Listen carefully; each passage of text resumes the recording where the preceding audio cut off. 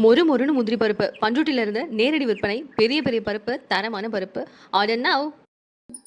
நெல்லை மண்டலத்துல சாத்தூர் அப்படிங்கிற ஒரு ஊர்ல வந்து பாத்தீங்க அப்படின்னா மதிமுக ஒரு பெரிய அளவுல ஒரு கூட்டம் நடத்துறாங்க. அந்த கூட்டம்ல நிறைய பேர் கலந்துக்கிறாங்க. சேர்ஸ் இருக்கு, டேபிள்ஸ் இருக்கு, மக்கள் இருக்காங்க, எல்லாம் நடக்குது. சோ அங்க வந்து பாத்தீங்கன்னா ஒரு பத்திரிகையாளர் எல்லாத்தையும் ஒரு கிடையாது நிறைய டிவி சேனல்ஸ் வந்து போனவங்க அதை எடுத்துட்டு இருக்காங்க.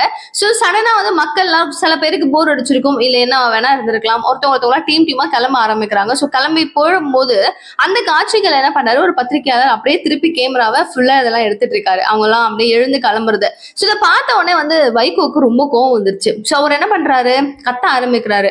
ஏய், என்னத்துக்கு நீ வந்து அந்த பக்கம் திருப்பி எடுத்துட்டு இருக்கேன், உனக்குலாம் அறிவு இருக்கா அப்படி இப்படின்னு பேசின அவரு, காலி பையன் தான் காலி சேர் எல்லாம் படம் பிடிப்பான், போய் அவனை அட்டாக் பண்ணுங்க, அவனுடைய கேமரால இருந்து ரோலை பிடிங்கி கீழே வீசுங்க அப்படின்னு. சோ இன்னும் சார் வந்து அப்டேட் ஆகாம இருக்காரான்னு தெரியல. இப்பெல்லாம் வந்து ரோலே கிடையாது, கேமரா உள்ள இருக்கிறது வந்து ரோலுன்னு நினைச்சுக்கிட்டு அவர் வந்து கேமராவை பிடிங்கி வீசுங்க, ரோலை பிடிங்கி கீழே வீசுங்க அப்படின்னு சொல்லி அவ்வளவு அளவுக்கு கத்துறாரு. சோ அவர் சொன்ன அந்த வார்த்தையை நோக்கி போதை கும்பல் அப்படின்னு சொல்லப்படுது. சோ கொஞ்சம் போதையில இருந்த நபர்கள் என்ன பண்றாங்க, போய் கேமராமேன்ஸ் எல்லாம் தாக்குறாங்க. அதுல ஒருத்தருக்கு பயங்கரமா வந்து காயமும் பட்டிருக்கு. சோ ஊடக நண்பர்கள் பத்திரிகையாளர்களை தாக்குறதும் அவங்கள வந்து விமர்சனம் பண்றதும் ரொம்ப தவறான ஒரு விஷயம் அப்படிங்கிறது அவங்களுக்கு புரியுதா இல்லையா அப்படிங்கிறது சீரியஸா தெரியல. நீங்களே யோசிச்சு பாருங்க, ஒரு நல்ல விஷயம் நடக்குது அப்படின்னாலும் ஊடகங்கள் ஏதோ ஒரு வழியில அவங்க எடுத்துட்டு போயிட்டு பெருசா விவாதம் பண்ணனா நடக்கிற விஷயங்களை சேர்க்கிறாங்களா இல்லையா? சோ இதே மாதிரி அவங்க வீடியோ கவர் பண்றாங்கன்னும் போது முக்கியமான விஷயமும் ஒண்ணு இருக்குல்ல. உங்களுடைய பாசிட்டிவ் சைடை மட்டுமா காமிச்சிட்டு இருப்பாங்க, மக்களுக்கு பிடிக்கல கூட்டம் கூட்டமா கிளம்புறாங்க, எழுந்து கிளம்பிக்கிட்டே இருக்காங்க அப்படின்னு சொல்லி இந்த ஒரு கூட்டம் தான் நம்ம பாக்குறோமா? எவ்வளவோ பேர் எவ்வளவோ கூட்டம் நடத்திருக்காங்க. அந்த கூட்டம்ல காலியா ஒண்ணுமே இல்லாம அவங்க பாட்டுக்கு இருக்காங்க அப்படிங்கிற மாதிரியும் நம்ம பார்த்திருக்கோம். சோ போயிட்டு வந்து பட்ஜெட் தாக்குதல் பண்ணும்போது முக்கியமான சிட்டிஸ்ல எல்லாம் அத்தனை டிவிஸ் நாங்க கொடுத்துருக்கோம், நீங்க மக்கள் வந்து லைவா நீங்க அங்க உட்காந்து பார்க்கலாம் அப்படின்னு சொன்னாங்க. காலி காலி சேரு காலியா தான் நிறைய இடத்துல இருந்துச்சு, அதை பத்தியும் விமர்சனம் பண்ணியிருந்தாங்க. ஸோ இதுக்கெல்லாம் என்ன சார் சொல்லுவீங்க? இவ்வளோ விஷயங்கள் பாசிட்டிவா நடக்குதுன்னா நெகட்டிவ் சைட்ஸையும் அவங்க கவர் பண்ணுவாங்க தானே. அந்த மாதிரி அவங்க பண்ணியிருக்காங்க.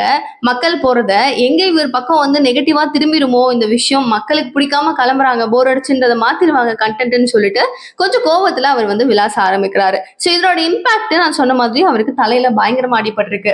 இதெல்லாம் பார்த்துட்டு ஊடகங்களே கொதிச்சு எழும்போது அண்ணாமலை எப்பவும் போல ஃபர்ஸ்ட் வந்து நீங்க எப்படி இந்த மாதிரி பண்ணலாம், ரொம்ப தப்பான விஷயம், நீங்க ஒரு நபரையும் சந்திச்சு அவங்க கிட்ட மன்னிப்பு கேட்டே ஆகணும், ஊடகவியலாளர்களை நீங்க தாக்கு அப்படின்னு சொல்லி சொன்ன வார்த்தை ரொம்ப ரொம்ப தப்பான ஒரு வார்த்தை.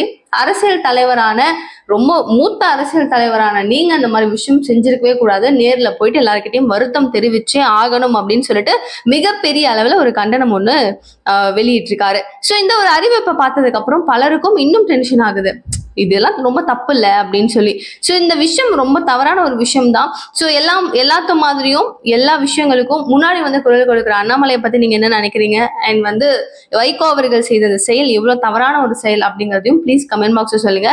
எலெக்ஷன் டைம் வருது, அதற்கான பிரச்சாரம் நீங்க பண்றீங்கன்னும் போது அது எந்த அளவுக்கு லாயலா இருக்கணும் அப்படிங்கிறதையும் தயவு செஞ்சு புரிஞ்சுக்கோங்க. இந்த மாதிரி விஷயங்கள் ஷியரா எலெக்ஷன் டைம்ல உங்களை தான் எஃபெக்ட் பண்ணும் அப்படிங்கிறது அவங்களுக்கு புரியும். ஆனா அது ஏன் அதை மீறி பண்றாங்கிறது தான் கேலிக்கூத்தா இருக்கு. சோ நீங்க என்ன நினைக்கிறீங்க இந்த இஷ்யூ பத்திங்கிறத கமெண்ட் பாக்ஸ்ல சொல்லுங்க. நிறைய விஷயங்கள் பேசலாம். நிகழ்கால நிகழ்வுகளுக்கு சேனலை சப்ஸ்கிரைப் பண்ணிக்கோங்க. Thank you so much for watching this video. Bye.